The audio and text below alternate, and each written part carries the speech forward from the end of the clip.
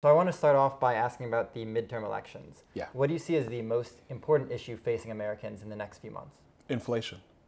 It's number one, two, and three, followed obviously by immigration, and we have many foreign policy concerns. But inflation drives everything. It's driving gas prices at the pump.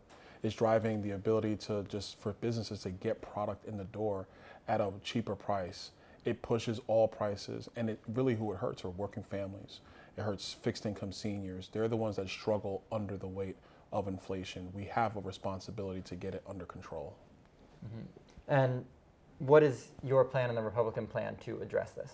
Well, from Congress's perspective, the number one thing we have to do is we have to stop overspending. Even today, there was a bill that hit the floor where Democrats wanted to spend another $55 billion in more relief funds.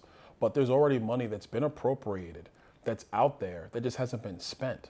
So why would we send new money out into an area where there's so many dollars chasing so few goods, which is how inflation is created?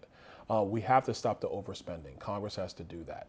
I think the other thing that we have to do, and it's a bill that I sponsor with French Hill from Arkansas, this actually deals with the Federal Reserve's dual mandate.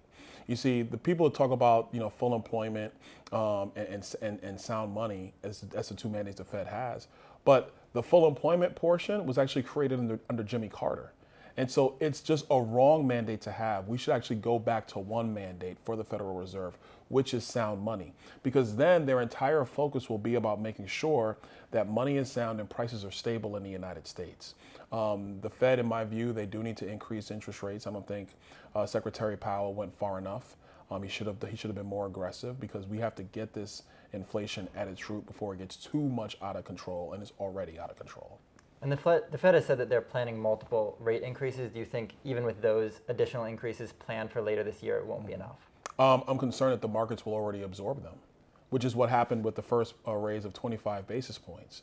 If you were going to say, and they've been signaling for months, well, if you were going to do it, if you say you want to be at 3% in the middle of next year, then what would have stopped you from doing 50 basis points or 75 basis points?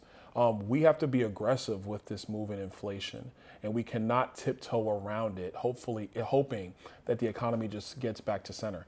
My second issue with the Fed, and it's more of my business career than being here in Congress, the Fed has had a cheap money policy for about 15 years, far longer than it ever should have been.